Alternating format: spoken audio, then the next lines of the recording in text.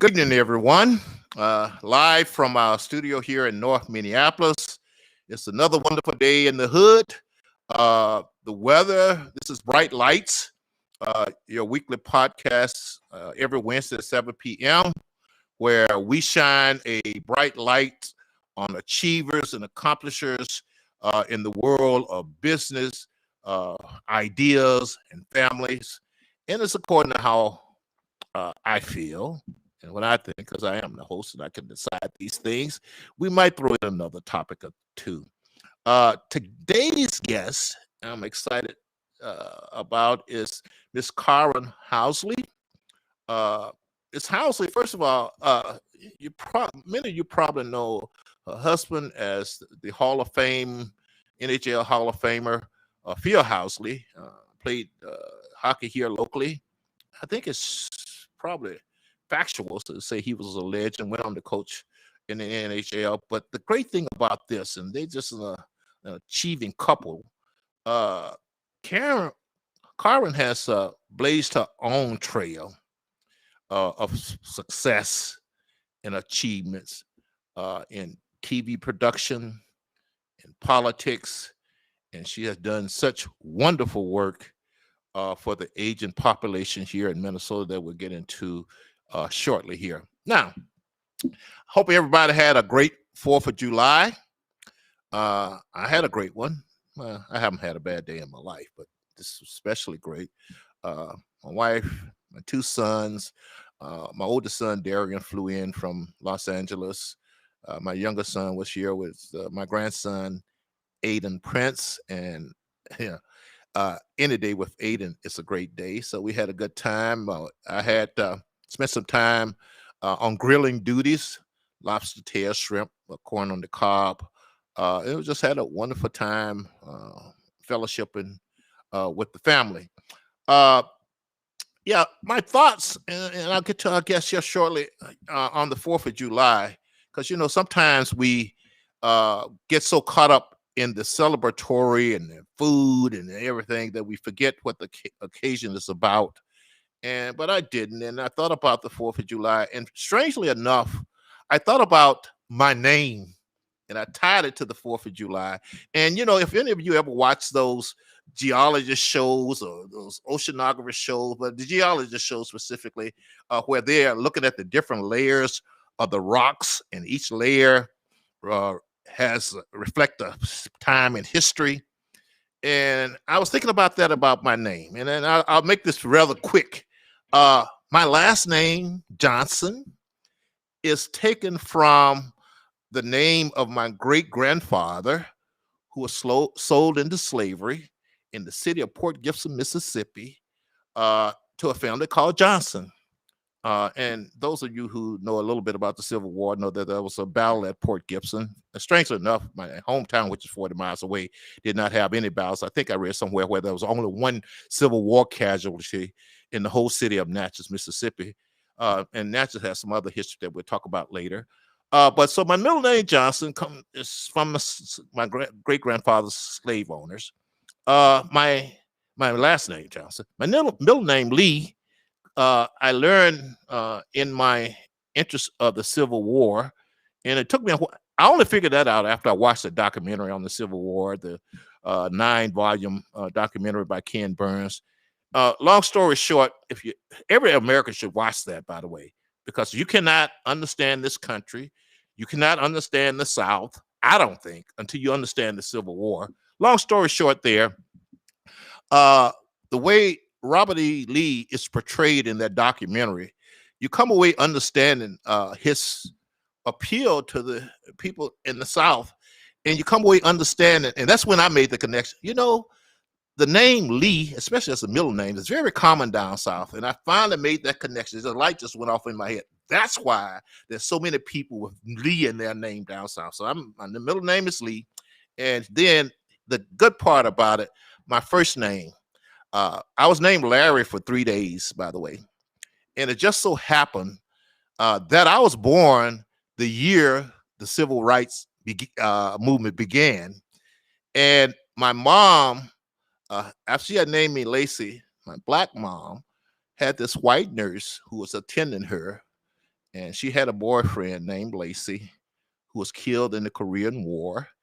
And between my mom and her, I say conspiracy or agreement, or however you want to put it, they changed my name from Larry to Lacey. So my name kind of reflects the history of this country. And, I'm proud of my name and I don't try to get rid of it. And what I tell people, there's a lot of trouble past and things of this country, but there's no other country I'd rather be in. This is the country that has afforded me and my family the opportunity to be whatever I want to be in life. And when I look back on it, and regardless of what all these critics say, uh, the only thing that has stopped me from being whatever I want to be in this country has been me. And that's a pretty good country, and you really appreciate it. The first time I traveled outside this country, I started appreciating it more.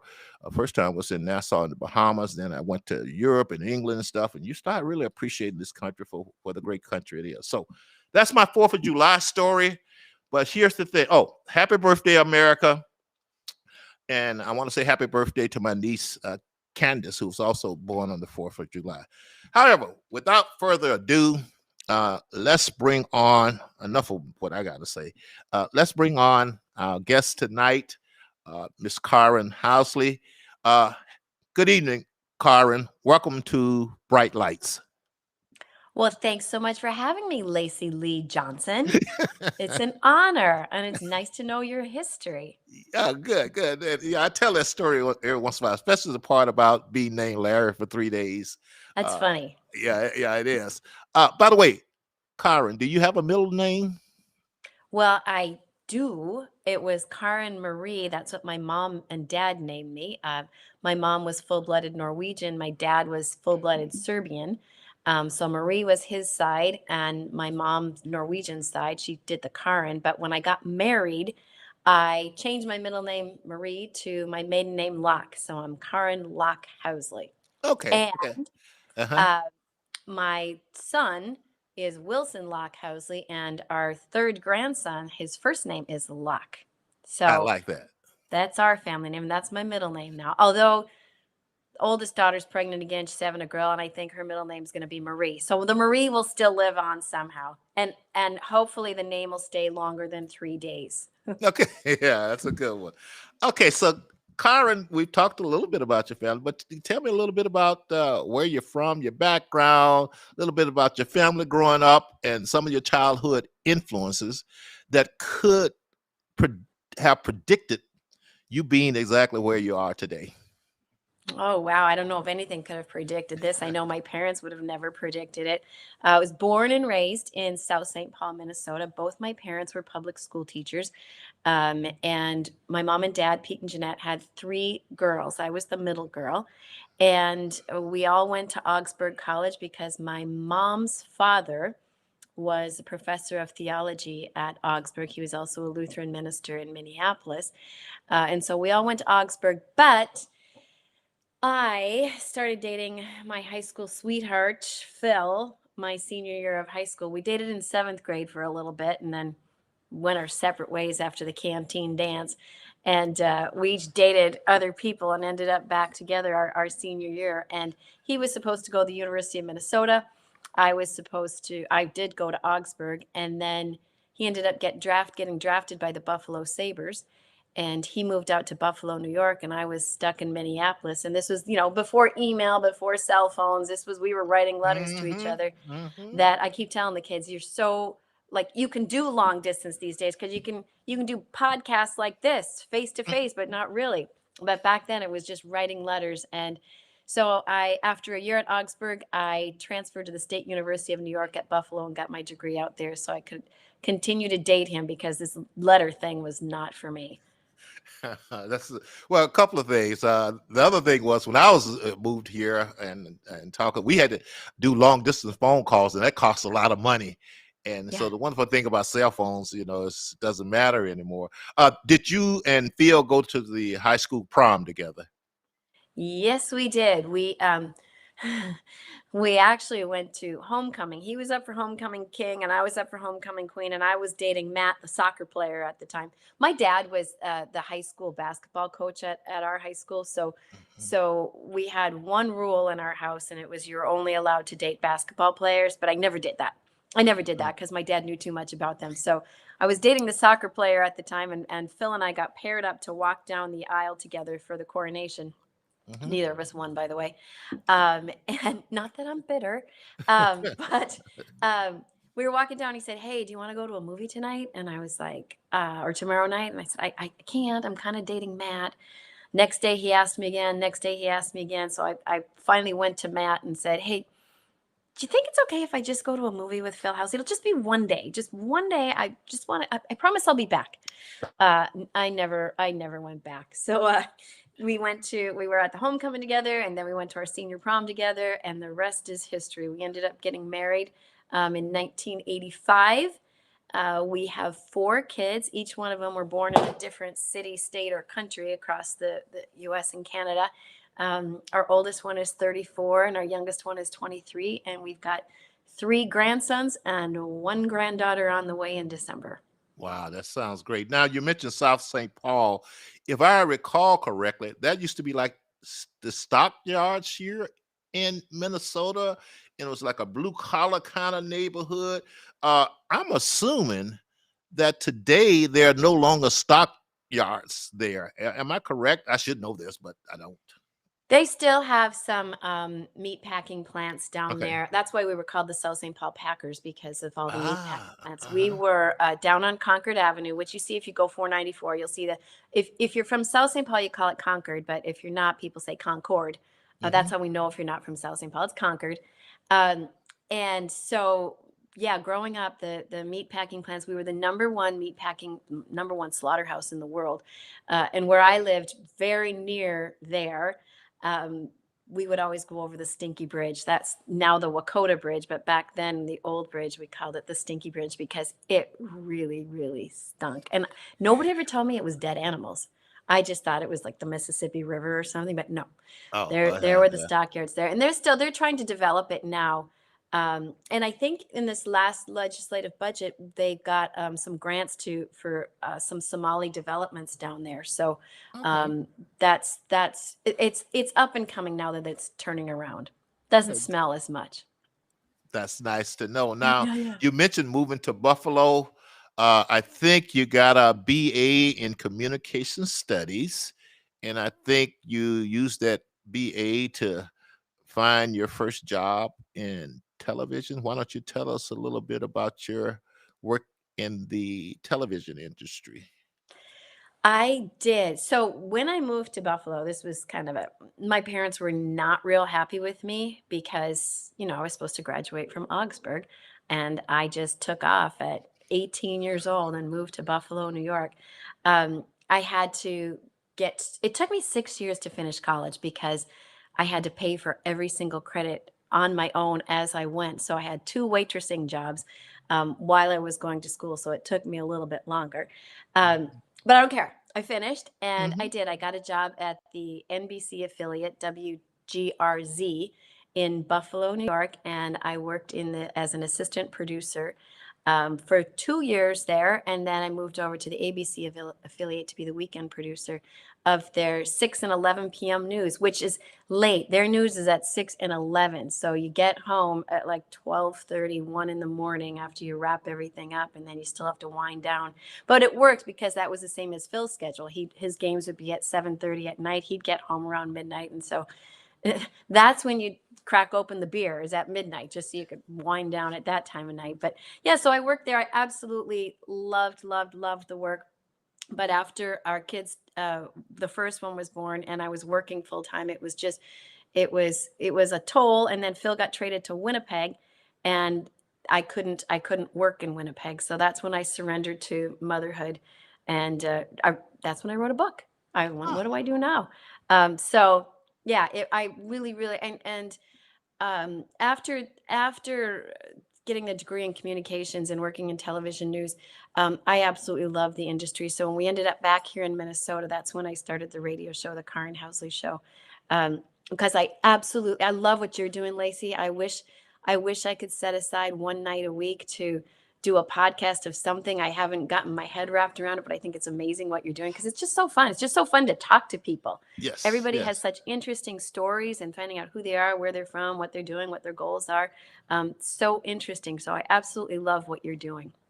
And we try to keep it positive here. Our kids are inundated with so much negative stuff, especially in our community, all the obstacles in life, all the unfairness. And I'm here to say to them, and this is what I say to them in person, and it really have an impact on them. You can be whatever you want to be, and let me show you how to do it. So you're exactly right. Now, I'm not going to let you skip over this. Open a beer at midnight. That sounds like a South St. Paul girl there to me. Do I have that Yeah, I know. correct? I love You that. take the girl out of South St. Paul, but you can't take the South St. Paul out of the girl. And I'm very proud of it. I Yes. like that. I like that. Uh, the other thing is in journalism, and I mentioned my oldest son was in town for the 4th of July. He majored in journalism, and he and I, well, let me just be upfront. Boy, I think journalism today is in such a sad state that you shouldn't even call it journalism anymore. What do you think about the current state of quote unquote journalism today, Karin? And how do we fix this? If you see the same issues that I see, It's really sad. And I don't know how old your son is, but he's probably in the same age range as my kids. Um, they they get their news from places that I just cringe sometimes because it's not real. It's not the facts, but it's the flavor of the day, and they just run with it and they believe it. And then you try to reel them back in to watch, of course, what I'm watching. But then they think that's all cultish too. yeah, I think everything has gone, it's so polarized that you I, can't trust it. You just can't trust any sort I of agree. journalism. And I agree. it's really sad. It's really sad. And then even now at 57 years old, I'm still searching for what I think is the best truth that fits me. And Right, instead I right, just want the facts. Just give me the facts and let me right, decipher them, right, whether I like right. them or not. Just give me the real facts, but you can't get the real facts anymore. Yeah, So I know. it's really sad. Yeah, one of my favorite TV shows of all time is Columbo, and you almost have to be a detective to follow every loose end and dig into it. I don't know how anybody out there really know what's going on because I put a lot of work into it, and I know how much work it is to sort out the BS and the bias from what's really going on, and it's just sad, I mean, it really is. And the sad part about it is when I was growing up, there's always a bias, but now it's just purposeful Mhm. deceit. And so yeah, it is sad. I don't know what we do about it, but Karen, we're gonna have to figure out what we're gonna do about it, and it just and the impact it have on our children. I know exactly what you're talking about.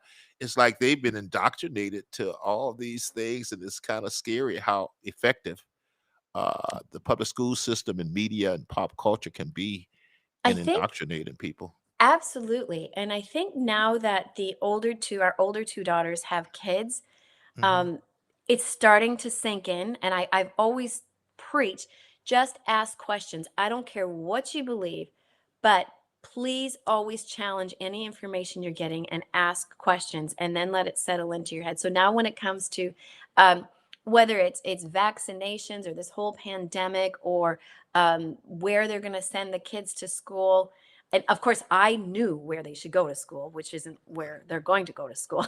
Right, right, right, right. I was trying, and I may still get them there, but I said, fine, go ahead, but just don't pick where everybody else is going because that's where everybody else is going. Please ask these questions, and she did. She actually picked something different than the neighbors. So that's what I think our youth needs to do is just ask questions and make sure that the answer makes sense. Okay.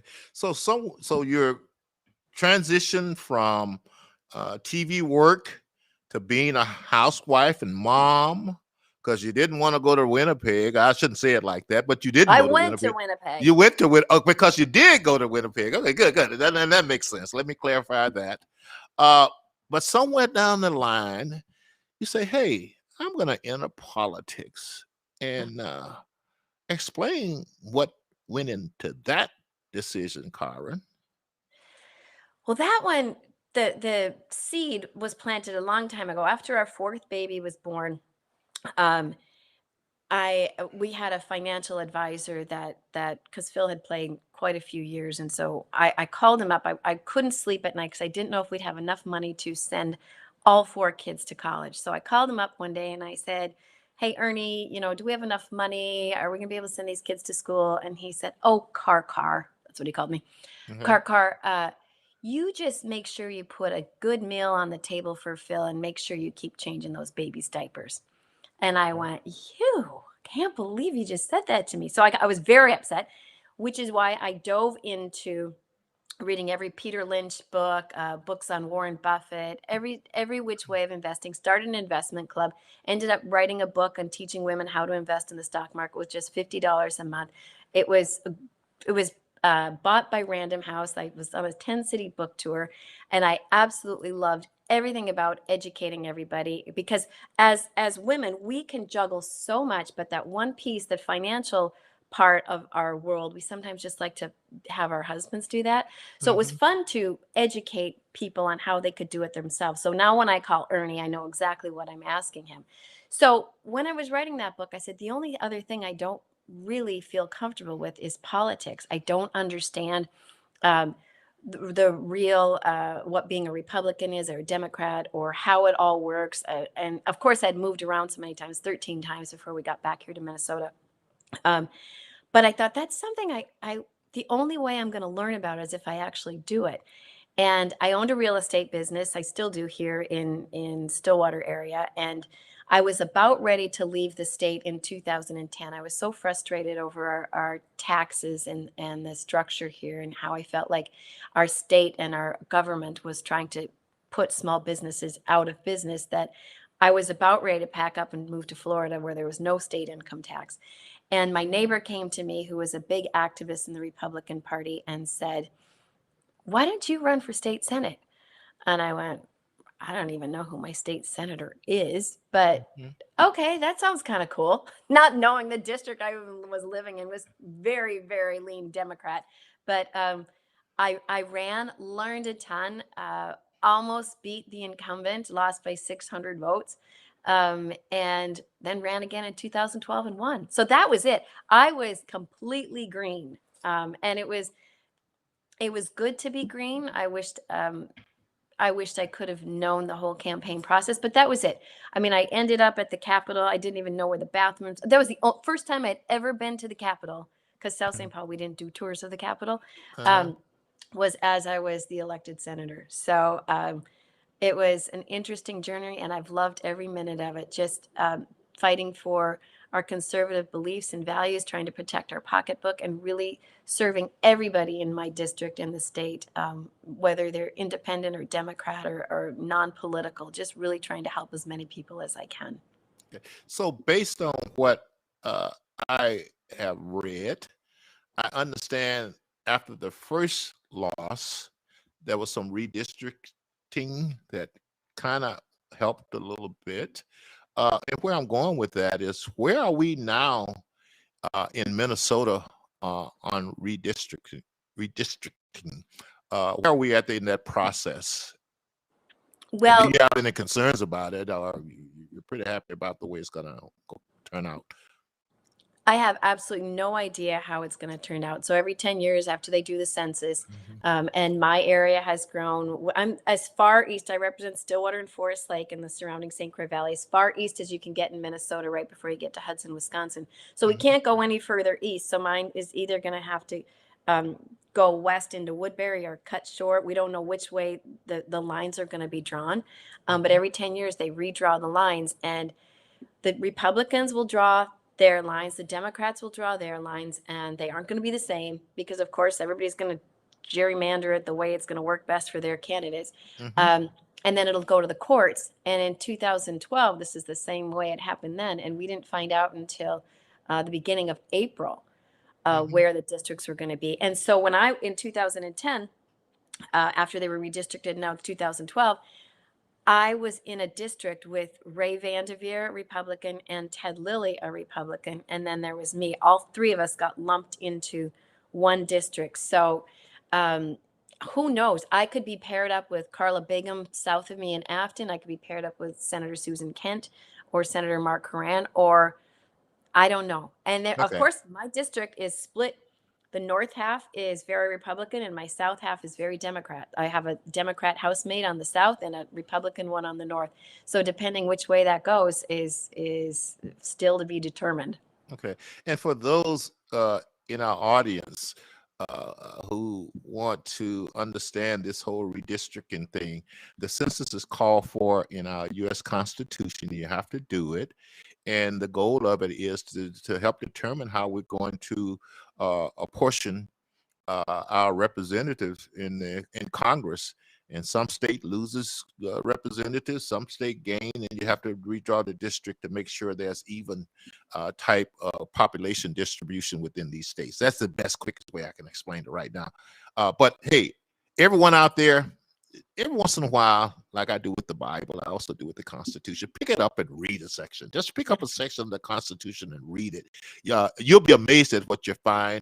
And the other thing it does for me, it helps you understand some Americans that you think are off their rockers, but you start understanding where they're coming from if you read the Constitution. Because the surprising thing for a lot of you out there, these people that you think are off the rocker, they just know the Constitution and they're concerned about it.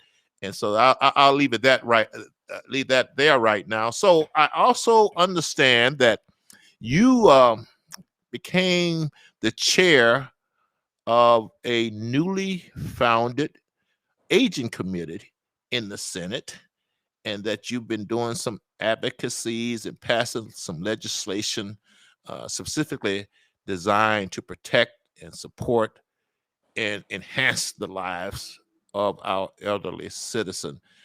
Take a few minutes, Karin, to tell our audience what got you interested in that and what have you accomplished there. Absolutely. That is truly my passion. I know when I got to the Senate, Senator Julie Rosen said, "What are you passionate about? What area do you want to work in?" And I was like, I don't know. I just want to find the bathroom. Mm-hmm. So she said, it'll take a little while, but you'll figure it out. And about Mm-hmm. that time, my mom was diagnosed with Alzheimer's, and going through that process with my mom and dad, moving them from their home to a townhome, and then from a townhome to an assisted living, and then my mom to memory care, and going through that process of, one, how are we going to pay for this? What part does insurance pay for? What does her future look like? What do all these documents say that we're filling out? What do we do with mom and dad's? Where are they each going to live together, apart? It was, I was so happy that I was there to advocate for my parents, but I saw so many seniors across the state that had nobody for them. And if this was that difficult for me, I Mm-hmm. couldn't even imagine being 75, 85 years old trying to figure this out and do this.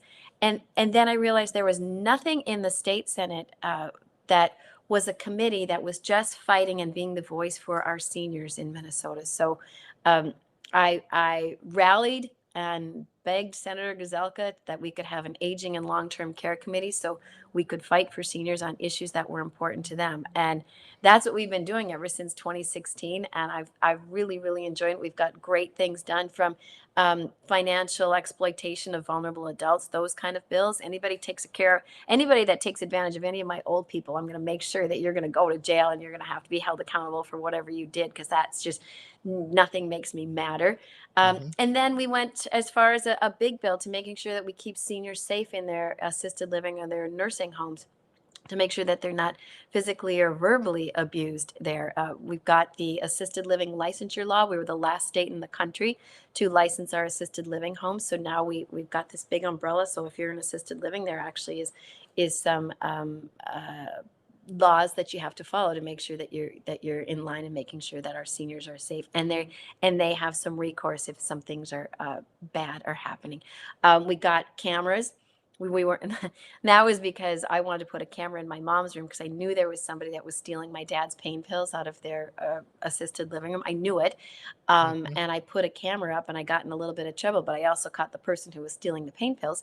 So I fought to make sure that if you're a family member or just the senior themselves, if you want to put a camera in the room if you have the residents okay, then you should be able to do that. So it's every day there's something new that I'm like, you know what, we're going to take that and run with it because that's the right thing to do. So it's so fun to just be the voice for seniors, and they're such wonderful, wonderful people. So I found my passion in 2016, and I've been doing it ever since.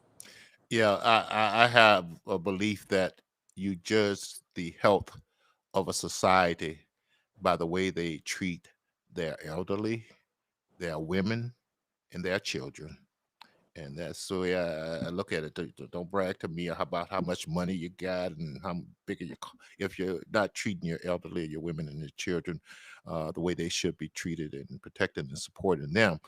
So now, what are the current challenges or issues? One of the most important issues that faces the agent right now that you're looking to address sometime, or you are currently working on it, addressing? Well, this last year and a half has been really, really hard on them with COVID. It was a horrible year for them, and it's now trying to get them out of it. There still are lockdowns at assisted living. If an employee gets COVID or is diagnosed with it, then everybody's back on lockdown in the assisted living, and none of the family members can come and see them.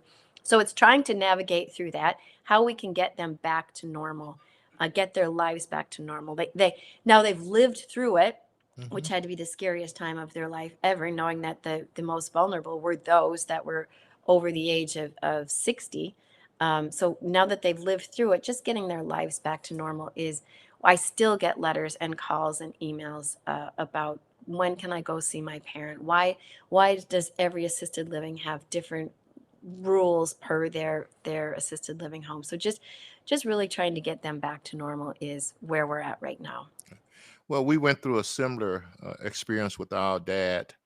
And I should say, my two older sisters, Glenn and Jean, I'll mention their names. They were just such wonderful advocates, and who they just were great. In fact, I tell my son, hopefully you have some daughters when you get older, 'cause they're going to treat you a lot better than sons. But you mentioned some things about getting letters and emails for our audience out here. I know a lot of them are struggling with some of the same issues that you confronted, because if they're like me, we weren't prepared for this. It just came up and we hadn't thought about it. What are some places that you would recommend, or what to start for resources if they have the same type of questions, they need the same type of help that you and I both needed? Is there a place they should start besides their medical provider for to look for Yeah. answers? Um, we have an ombudsman for long-term care. Her name is Cheryl Hennon. She's in charge of, I think we have 18 ombudsmen now that actually can help seniors answer these kind of questions. What kind of home should I move into? Where would you recommend? Is there uh, a grading system for those that have a lot of complaints or a lot of violations? You know, what are the good homes? What are the bad homes? Just Google Ombudsman for Long-Term Care Minnesota. Okay. Cheryl Hennon is her name, Hennen. And she will direct you to the ombudsman for your area. That is where I usually direct people because they have so many great resources and they're changing every single day. And she Hmm. can direct you to the one in your neighborhood. And then there's always the Board of Aging, the Minnesota Board of Aging. They also have great resources. So Google that too, and both of those will bring you up some phone numbers or emails that you can call. Excellent. I hope you out in the audience is taking notes of that. If you haven't, go back and rewatch my Yeah. podcast and pull it out. Okay, so Another area, and you mentioned earlier when you were thinking about moving out of Minnesota, and the reason you were thinking about moving out of Minnesota. Let's talk a little bit about the state of Minnesota. I mean, the state of Minnesota, let's say. Uh, I heard a statistic last year that said the average income of the people moving out of Minnesota was over $200,000 a year. And the average income of the people moving into Minnesota was $37,000 a year. And Karin, I'm a numbers guy, I'm a data guy, and I connect them. But Karin, that doesn't sound like it bode well for the future of this state. What do you say about the current and future economics status of the state of Minnesota? And particularly as it applied to the people that we're attracted versus the people that we're leaving because of our tax structure, for of course, a lot of other things.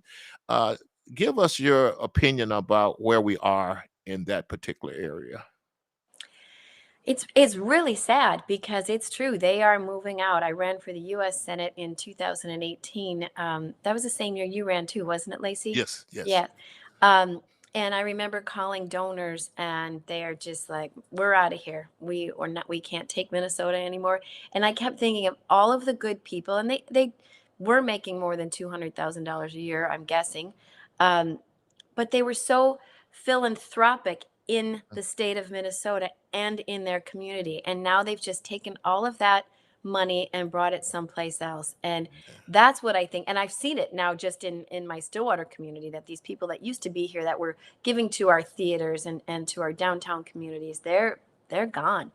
Um, that's tough. That's tough for the state. And I don't know if the governor saw that coming, or did he really care? I don't know. But those people really did want to stay here, and they really loved Minnesota. But you can only push them to a point when you look at the bottom line, and you go, and I do have some that have just moved over into Wisconsin, and a lot of them that have moved into South Dakota or North Dakota. And when you look at all around us, the tax structure is much better. You can't blame them. Right. So our tax base is now gone too, and they were paying a lot of taxes. So I hope we can figure out some way to get these people to move back and at least keep who we have here and have them stay. So, how do you explain this? Um, just I don't want to use a bad word here. How do you explain this? I just don't care about these people moving out and who's moving in on the behalf of our political leadership in this state, because this is not good. And they just almost don't seem to care. How do you explain that, Karin, in your mind? I don't know if they see things the same way we do. I sometimes try to get into their head to go, do you really believe like that? Or is there some ulterior motive that maybe you want to get more people on the government dole and give out more subsidies? But that doesn't make sense to me either. Yeah, it doesn't. No, it doesn't make sense. But who's going to pay for this? That's what I always say. Who's going to pay for this? Who's going to pay for this? And, it's all of us who's going to pay for it. And then you push people to the point and they go, well, we're not going to be here anymore to help you pay for it, which is going to cost everybody else more money to pay for that. And so for them not to care, I don't know. I can't figure out how to just have that conversation and have what they answer make sense. And somewhere deep down, and they have to know it doesn't make sense either. Or do they really want socialism? Do they really, is that where they want this country to go and this state to go, where we all just give up everything we make, give it to the government, and the government just pretty much owns all of us and we don't have any freedom? That's where I feel some people really do want it to go. And we cannot let that happen, Lacey Lee Johnson. Okay, Karin, Marie, I forgot another one. But here's the thing, couple of things there. Even whatever system you have, you need people with money to support it. Unless, and we're not going to even get into this modern monetary theory type thing and that silliness. So that's number one. And number two, you mentioned earlier, you don't know if they see it, but Karin, it's math. Mm-hmm. It's like saying people don't see 1 + 1 = 2. So I'm having a hard time struggling with this. And you're right. I think there's some type of crazy political philosophy at work here that's not going to work. History has proven it's not going to work. It's been tried everywhere else. And, I think a lot of people who favor this philosophy think that if we just tinker it a little bit and do it a little different than Stalin or Lenin or all those guys, it'll work here or some of those other countries. So the other issue, though, and you touched on it, the state need revenues to pay bills and support the programs that it's done. And where I'm getting to there, Karin, is the business environment here. I mean, businesses are moving out. We got business, and let's face it, the metropolitan area is probably the biggest economic engine for the state. And it's the money, taxes on those companies and things that pays for all these programs. But once again, they almost seem to not care about the fact that they are running these businesses out of Minnesota, that they're destroying these businesses, and some of them will never come back.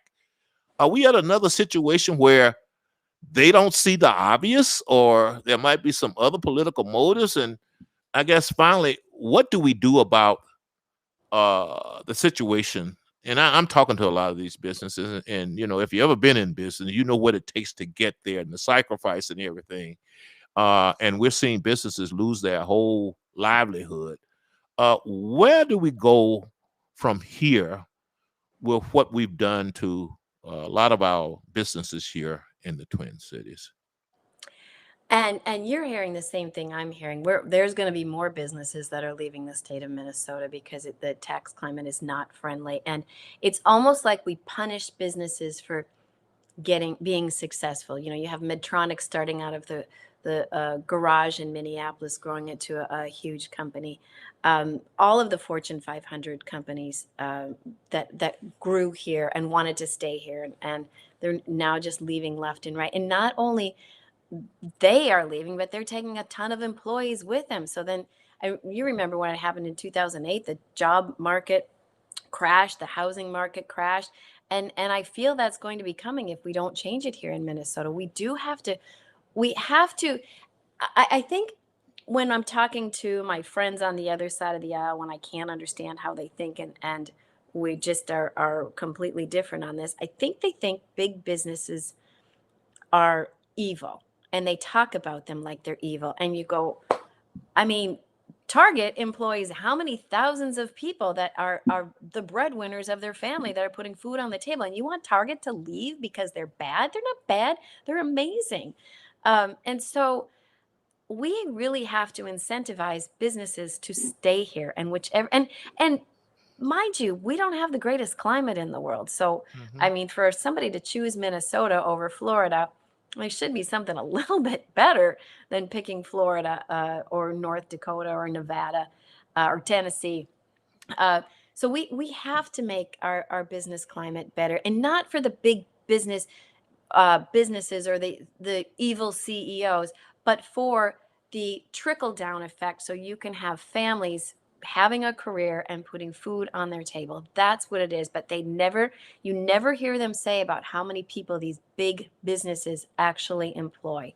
That's the part that they just take out, and they want to attack the CEOs and attack the businesses. And I think that's completely wrong. Yeah, it's interesting that you remind me when I was in politics running for office, my opponent from the other side, he made one of the most incredulous statements I've ever heard, and then explained it to me. He said, "I don't trust for-profit businesses." I'm like, what? You wouldn't go out to Rosetta or anything to say that, but he was representing our neighborhood here. And I can't imagine, how does someone like that get in a position of leadership? And I promise, Karin, I'm not going to get on a soapbox yet. I'm going to try to be kind. But how do we keep electing these type of people, man? And even when people see what they're doing to the state, when they see what they're doing to our cities, they still keep putting them in office. It's just incredulous to me. So to think about it, we got businesses failing. We've got tax policies and other policies driving out people with money who contributed to our tax base and revenues. We got people coming in who basically take from our revenues. And we have a situation where, especially in the metropolitan area, it's becoming unsafe, and largely do because our leadership, and once again, I don't like using words like silly or something like that, but sometimes you just can't resist it, because they are letting people burn down police stations and talking about defunding the police and things like that. uh Karen, where do we go from here, from a political standpoint, from a government standpoint, from a leadership standpoint?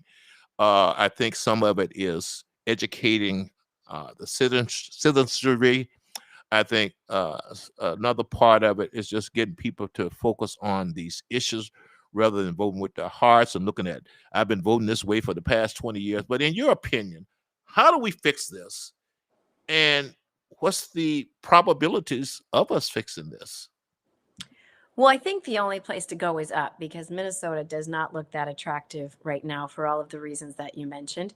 And I think many people in Minnesota, their eyes were opened over this last year and a half, with everything that happened in Minneapolis with burning down police stations, to defunding the police. You talk to a suburban mom, and there's no way she I wants know. any police departments defunded.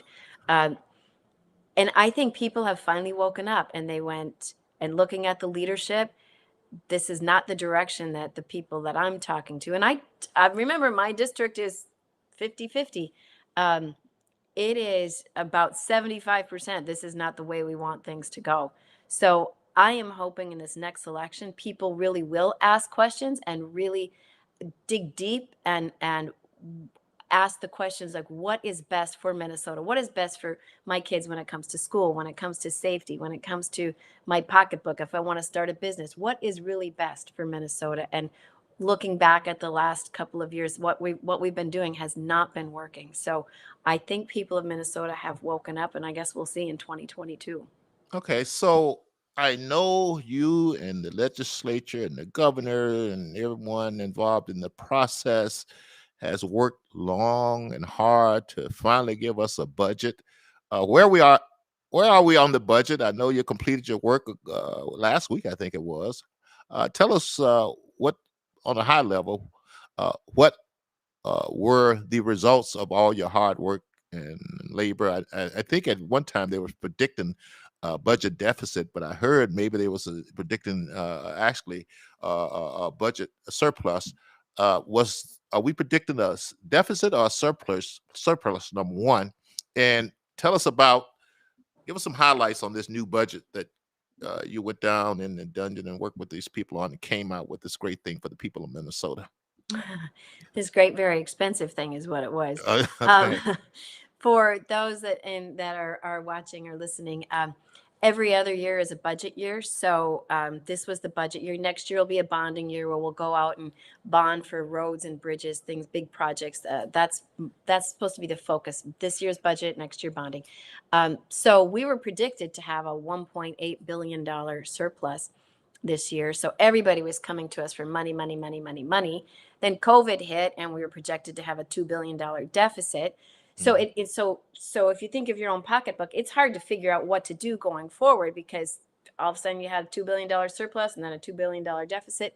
And then the federal government came in with all of this money, and then we had more money than we knew what to do with. And what do you do with that then? Because rainy days are coming. Hmm. So, and I'm one of those people like, let's just put stuff away, because we know there's going to be when I came into the legislature, there's a $6 billion deficit. So I'd much rather, if there's all this money coming in, to put some to set aside. But when there's a Democrat governor and a Democrat House, and then we're the Republican Senate, there's two different philosophies. The Democrats want to spend everything, and we want the rainy day fund. So that's pretty much what took so long. We finally did come to an agreement. We spent $52 billion, 51 and a half of Minnesotans' money. And most of that is taken up with health and human services. And then education. Everybody always wants more money for education, more money, more money, more. It's never going to be enough money. I try to tell people that I if agree we with gave, you. yep, that's all they want. We ended up raising the per pupil formula by 2% this coming up year and 1% after that. Um, that I guess is a highlight, that there will be more money per pupil. But I, of course, think there's probably another way that we could go back in and see all the waste, fraud, and abuse in government and all the different agencies. I think we could trim them all down and give more money to students. But that's what we did. So it took so long to get that budget and get agreement, again, because I'm just going to say thank goodness we had the Senate, that there was some blocking going on, that we didn't spend absolutely everything. So we will be back. I was telling you earlier, we will be back. We have money that's going for, it's called Hero Pay. Those people who are in long-term care or hospitals that actually did stay and work in the yeah, kind of the scary areas, the dangerous areas when it came to COVID.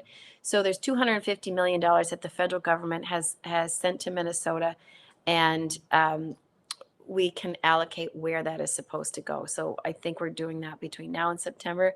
I'm hoping we can maybe push that out a little bit so we can have a little longer time to decide where that money is going to go. Okay. Well, I'm not going to stay on this soapbox for long when it comes to education and spending money and class size. I live here in North Minneapolis. I'm very familiar with education, the issue of the achievement gap. I've talked to educators all over the country. I know them very well. You can give them all the money you want. They're not going to close the achievement gap, because their whole point of view and philosophy and approach is wrong. And that's my thing, and I know it's wrong. And I challenge them to prove me wrong. You mentioned the monies that's allocated in the current budget. You mentioned the money that's coming in from the feds. Any of this, if I'm a small business owner and I was affected by the riots and things, and I was affected by the COVID shutdown, what's in that budget for me? Yeah, there was, gosh, I can't remember how many billions of dollars that came from the federal government, which the government had executive power then, so he could decide where it was all going to go. So we were constantly fighting all session long from January until, well, we finally got the executive powers taken away from him last Thursday. But he could hold the purse strings for all of that, and that's not the way government is set up. There's supposed to be, three legs on the stool: the House, the Senate, and the governor gets to decide where these budget dollars are going. So we finally got that taken back. But when it comes to the money going forward, I forgot what your question was, Lacey. What dollars of funding is available for small businesses Yes. that's been affected? So they could have applied if you were a small business, a restaurant, or if you were a theater, or if you were a whatever who had to shut down or dial back. You could apply for a PPP loan. That's what it was called, and I can't remember what it stands for. Yeah. But then Minnesota came in. Let's say you got a $200,000 loan. Then Minnesota came in, and Governor Walz said he wanted to tax that. So this was a loan that you got from the federal government, and now Minnesota wanted to tax it. And we were like, oh my gosh, nothing like kicking them when they're down. Like, no. So that was one of the things in the budget deal that we were able to negotiate and make sure that our businesses weren't hurt again there. But there's still more money. There's still the Department of Economic Development still going forward. We'll have some more loans, especially for those events and like We Fest or any sportsman show, all of those that were canceled for a whole year. There's still some more money out there for a lot of those businesses to apply for the loans from the Department of Economic Development, DEED. Okay. At DEED, that's would be the starting point. Okay, good, Yep. good. You mentioned the governor's executive power, emergency executive powers, and how, for lack of a better, I'll just say how it's being misused or misapplied. Let's be diplomatic. I don't like being that. How it's abused. Let's say how that was being abused. Are there any plans to change the legislation the statutes or whatever to make sure that we don't ever get in a situation again where we hand over this type of power and authority to the governor. And well, no matter what part of the governor's in, they probably shouldn't have that type of power. So, are there any plans to do something about that going forward? Yeah, do you think our forefathers ever saw anything like that coming? Like that, I Mm, couldn't even believe it when it happened. You just go, right, this in this free world that cannot happen, and it happened.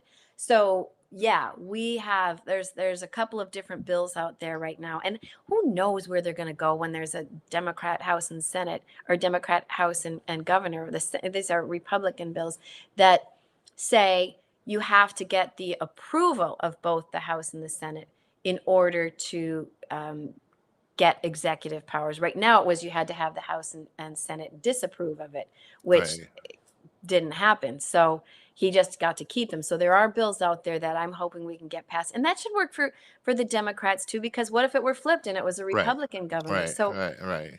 yeah, it can't be like that. It just Mm. to be left out of all of those discussions and spending all of that money, which it went to a lot of places that not everybody would approve of, but this was all the governor's doing with when he was the almighty and powerful Walls. Well, one benefit of growing older is that you have a context, and history isn't something that you read in a book, it's something you've lived. And where I'm going with this is that we talked about the sad state of journalism. We talked about the framers of the Constitution never envisioning this type of singular power by an elected official. Where I'm going is that and I'm a big fan of civics and history. There's a lot of things that's happened over the last 4 years that I'm like, wow, this is scary.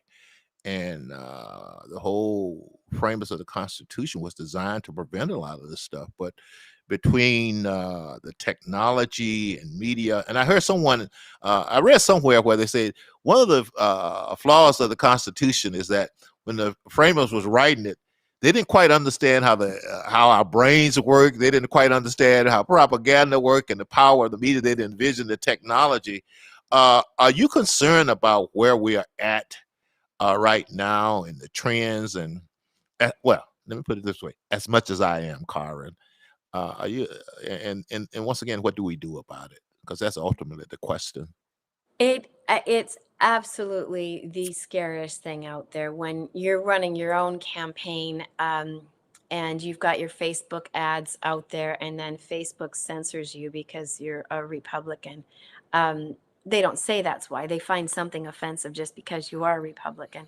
Mhm. That's It's very, very scary to see where big tech has gone in squelching our freedom of speech. If you want to be a platform out there for the freedom of speech, then let it be free instead of Mhm. censoring it. And I think that's happening across all of the different platforms. And it kind of brings to light that conspiracy theory. Is that really what the reason was behind starting these? Or is that what um, they wanted to do, is to really influence politics and where this country is going, because they're doing a very good job of it, and now we're all like, oh my gosh, Right, stop the boat. So we've got to it's scary, Lacey, and I know you are too. We've got to figure out what to do to fight back, whether it's Trump filing his lawsuit or each of us boots on the ground here fighting back. So I've been banned from Facebook twice for saying I still don't know what, but I'm yeah. back on there again. And then I go, why am I even on there? There's so many politicians that just gotten off Twitter, and I keep thinking I should just get off. I should just get off. Um, Yeah. but it is very scary. Those things are. I Yeah. don't know what we do, Lacey. Yeah, and we're back to the whole education thing is another issue that we'll bring you back on to talk to. But we're back to the situation where people aren't learning civics anymore.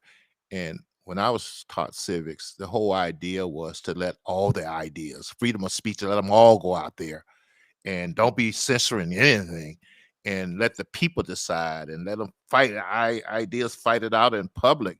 But you're right. Now we got people that if your idea doesn't agree with mine, we're not going to let it out. And we got a big tech companies, and a lot of them are run by younger people who once again, like my children and your children, they've been indoctrinated that certain ideas are just from evil people, and whatever we do to stop it. And it's kind of sad of where we're going there. Okay, so Miss Karin, I know you gotta go fix dinner or something.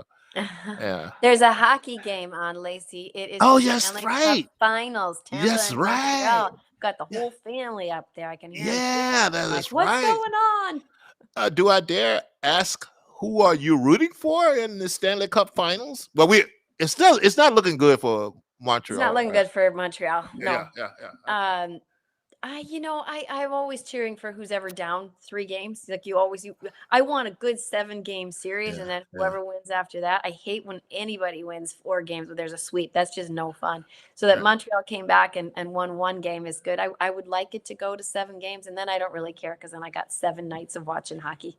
That's a good answer. So quickly The here, what are politician answer. yes, it is. You've been in politics too long. So quickly here, Karin, what are your future plans when you look out over the future? What are some of the things that at least you're willing to share with our audience here that you're looking forward to? You know what? I'm going to stay in politics. Mhm. I thoroughly enjoy it. I love helping people. I love uh, dealing with the issues and fixing it and getting things done. Working hard, keeping busy, and the people are so much fun. I don't know at what level, if I want to move on. That running statewide was so very hard, and it's hard on the family. So I don't know if I'll do statewide again soon, but maybe again someday. Or Okay. who knows? Who knows? The state Senate seat, I absolutely love my district, and we'll see how that gets reapportioned. But I know in the near future, I'm going to be spending this summer and fall with my family that I have missed so much. And now Phil's home for a while, so I'll be able to spend time with him. And then the new grandbaby comes, so that I'll have 4. So I'm All so excited. right. I'm jealous. I want 3 more also. I got 1 right now. So, Karin, we focus on the positive here. So I'd like for you to just leave our audience with a positive note, something to feel good about and look forward to as we get ready to sign off here. Well, good. I would love to. Thanks for having me, Lacey. Uh, I just want to let everybody know that we made it. We got through COVID. There's only a bright light now, and to get out there and live freely and joyously and go spend time with your family. And when it does come to politics, don't poo-poo it. Just ask questions and look at the issues and look what's important to you, and then just go out there and do something about it, because it's fun to get involved. So we're out there, we're free again, so go get involved in whatever it is, your neighborhood, your city, or your state. We'd love to have you. Okay, so Karin, we're very thankful to have you as our guest. Um, every guest I have on, I want to have a follow up sometime in the future because we can't get to everything as we bore our audience, I guess. And to our audience, if you want to financially support this podcast, you can go out to LaceyJohnson.com, and there's always ways to contribute to what we're doing. We promise to get better. So, Miss Karin, go and get your bowl of popcorn or whatever, and pop a beer or something, or both. Cracking open a beer. Crack it open, and enjoy the game. And we look forward to talking to you again very soon. And I'm gonna give you a call to talk about some business venture also. Okay. Perfect. Thanks so Okay. much for having me, Lacey, and thank you again.